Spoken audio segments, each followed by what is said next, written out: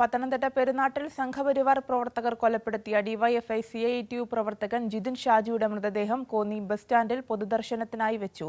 അരുംകൊലയിൽ പ്രതിഷേധിച്ചും അനുശോചനം അറിയിച്ചും പെരുന്നാട്ടിൽ ഇന്ന് പകൽ 2 മണിവരെ CPIM ഹർത്താലാണ്. സുജു ടി ബാബു വിവരങ്ങളുമായി ചേരുന്നുണ്ട്. സുജു, ജിതിന് കണ്ണീരോടെ യാത്ര നൽകുകയാണ് ആ നാട്.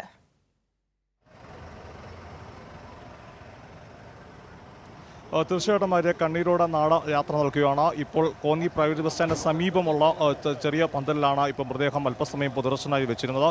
ഇവിടെ CITUവിൻ്റെ സംസ്ഥാന നേതാക്കൾ സുനിൽകുമാർ ഉൾപ്പെടെയുള്ള നേതാക്കളെത്ത് പുഷ്പചക്രം അർപ്പിക്കുകയും അതുപോലെ തന്നെ അനുശോചനം രേഖപ്പെടുത്തുകയും ചെയ്തിട്ടുണ്ട്. ധാരാളം ആളുകളാണ് ഈ കോന്നി ടൗണിൽ ഉൾപ്പെടെ എത്തുന്നത്. വിലാപയാത്ര ഇപ്പോൾ കോന്നിയിൽ നിന്ന് മുമ്പോട്ട് പോവുകയാണ്. അപ്പോൾ CPMൻ്റെ നേതാവ് കൂടി സനൽകുമാറോട് ചേരുകയാണ്.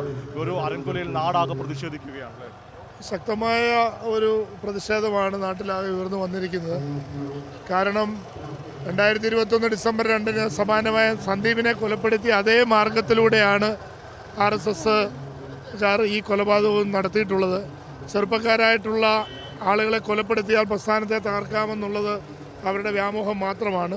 സനൽകുമാർ സന്ദീപിന്റെ നാട്ടിലെ ആളുകളാണോ, അവിടുത്തെ രാഷ്ട്രീയ നേതാവ് കൂടിയാണോ? സമാനമായ രീതി തന്നെയായിരുന്നു അല്ലേ? 2021 ഇതേപോലെ തന്നെ ആസൂത്രിതമായി കൊലപാതകം നടത്തിയതിന് ശേഷം ഇത് തങ്ങൾക്ക് യാതൊരു ബന്ധവുമില്ല എന്ന് വരുത്തി തീർത്തി CPMനെതിരായും കള്ളപ്രചരണങ്ങൾ കൂടി നടത്തുന്ന ഏറ്റവും അപഹാസ്യവും നീചവുമായ പ്രവൃത്തിയാണ് ജില്ലയിലെ BJP RSS നേതൃത്വം നടത്തിക്കൊണ്ടിരിക്കുന്നത്.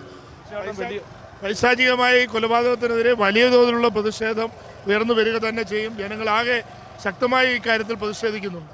വലിയ പ്രതിഷേധമാണ് ഉയർന്നത്. CITU പ്രവർത്തകർ ഉൾപ്പെടെ ഇപ്പോൾ ഈ അന്തിമ ഉപചാരം അർപ്പിക്കാൻ വേണ്ടി ഈ കോന്നി ടൗണിലേക്ക് എത്തിയിരിക്കുന്നു. കോന്നി ടൗണിൽ നിന്ന് വിലാപയാത്ര വീണ്ടുമല്ല പെരുന്നാടിലേക്ക് യാത്ര തിരിക്കുകയാണ്. വലിയ തരത്തിൽ തന്നെ നാടാകെ ദുഃഖത്തിലായിരുന്ന ഒരു കാഴ്ചയാണ് കാണാൻ സാധിക്കുന്നത്. ശരി സുജു.